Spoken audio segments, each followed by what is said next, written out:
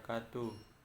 Ya, kali ini saya akan menjelaskan mengenai pengambilan keputusan dalam mata kuliah SPK. Sebelum itu saya memperkenalkan nama saya. Nama saya Zainadin Sultan, Stambuk F551 18172. Nah, langsung saja saya masuk ke materi, yaitu yang pertama, pohon keputusan merupakan sebuah sistem yang manusia kembangkan untuk membantu mencari dan membuat keputusan untuk masalah-masalah tersebut, dan dengan memperhitungkan berbagai macam faktor yang ada di dalam lingkup masalah tersebut. Nah, tujuan pohon keputusan yaitu mengidentifikasi dan melihat hubungan antar faktor-faktor yang mempengaruhi suatu masalah dan dapat mencari penyelesaian terbaik dengan memperhitungkan faktor-faktor tersebut. Menganalisa nilai risiko dan nilai suatu informasi yang terdapat dalam suatu alternatif pemecahan masalah. Adapun juga sini definisi dari pohon keputusan adalah pemetaan mengenai alternatif pemecahan masalah yang dapat diambil dari masalah tersebut. Pohon keputusan tersebut juga memperlihatkan faktor-faktor kemungkinan, probabilitas yang akan mempengaruhi alternatif keputusan tersebut, disertai dengan estimasi hasil akhir yang akan didapat bila kita mengambil alternatif keputusan tersebut. Manfaat dari pohon keputusan ini yaitu membreakdown proses pengambilan keputusan yang kompleks menjadi lebih simpel, sehingga mengambil keputusan akan lebih menginterpretasikan solusi dari permasalahan, mengeksplorasi data, menemukan hubungan tersembunyi antar sejumlah calon variabel input dan sebuah variabel target, memadukan antara eksplorasi data dan pemodelan, sehingga sangat bagus sebagai langkah awal dalam proses pemodelan, bahkan ketika dijadikan sebagai model akhir dari beberapa teknik lain. Adapun tahapan-tahapannya, yang pertama, definisikan dan rinci masalah secara jelas. 2. Gambarkan struktur dari pohon keputusan. 3. Tentukan nilai payoff dari setiap kombinasi alternatif kemungkinan. 4. Tentukan nilai peluang dari seluruh kemungkinan dan keputusan. 5. Selesaikan masalah dengan menghitung expected monetary value atau yang biasa disebut EMV atau expected opportunity loss.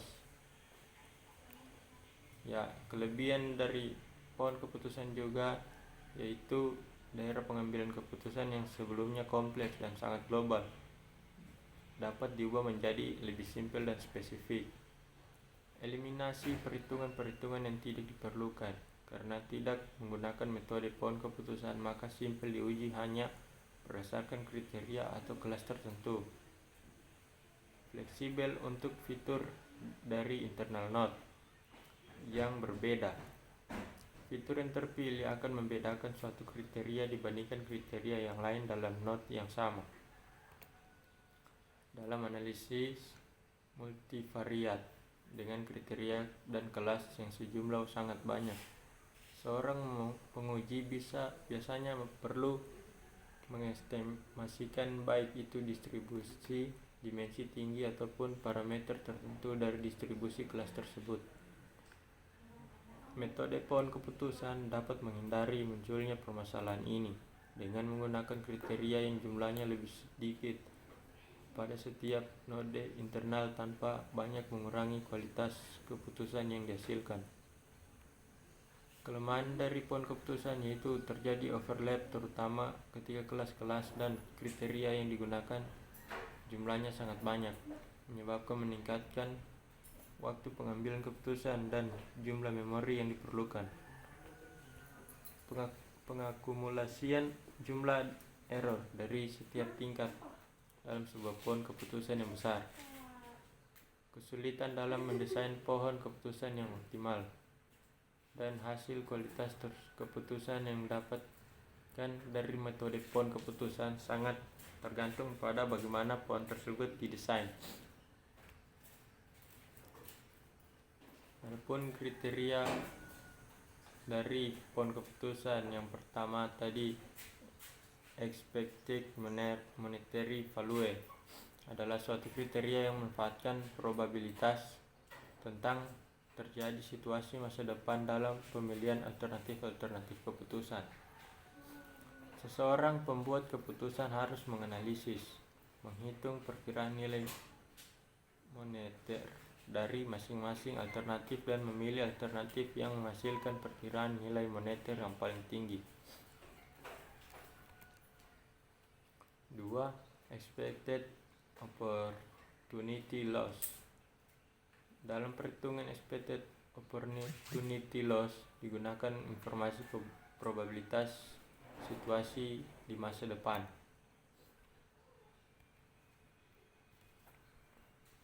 Ya, jadi itu tadi materi dari pohon keputusan.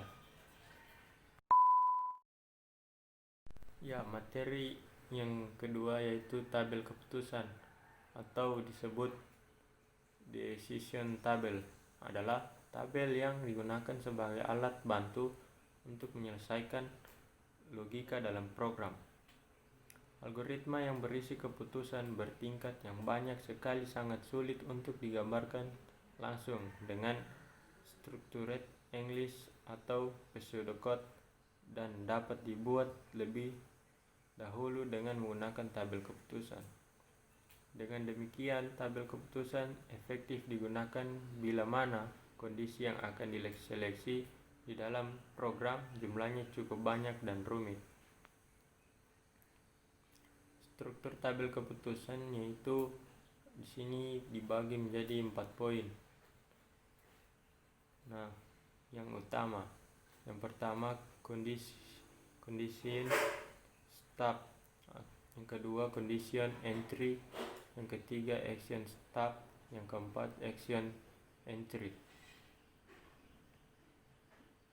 Nah, condition start bagian ini berisi yang akan diseleksi. Condition entry bagian ini berisi kemungkinan dari kondisi yang diseleksi, yaitu terpenuhi diberi simbol Y, dan ketika tidak terpenuhi diberi simbol N. Setiap kondisi yang akan diseleksi akan mempunyai dua kemungkinan kejadian, yaitu terpenuhi dan tidak terpenuhi. Bila ada X yang diseleksi, maka akan terdapat N kemungkinan kejadian, yaitu sebesar N sama dengan 2X. Action step berisi pertanyaan-pertanyaan yang akan dikerjakan baik kondisi yang akan diseleksi terpenuhi maupun tidak terpenuhi. Action entry digunakan untuk memberi tanda tindakan mana yang akan dilakukan dan mana yang tidak akan dilakukan. Tahap pembuatan tabel keputusan.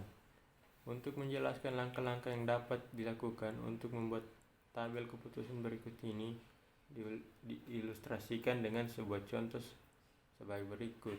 Ya, jadi itu saja tadi penjelasan dari mengenai pengambilan sebuah keputusan dengan dua metode. Assalamualaikum warahmatullahi wabarakatuh.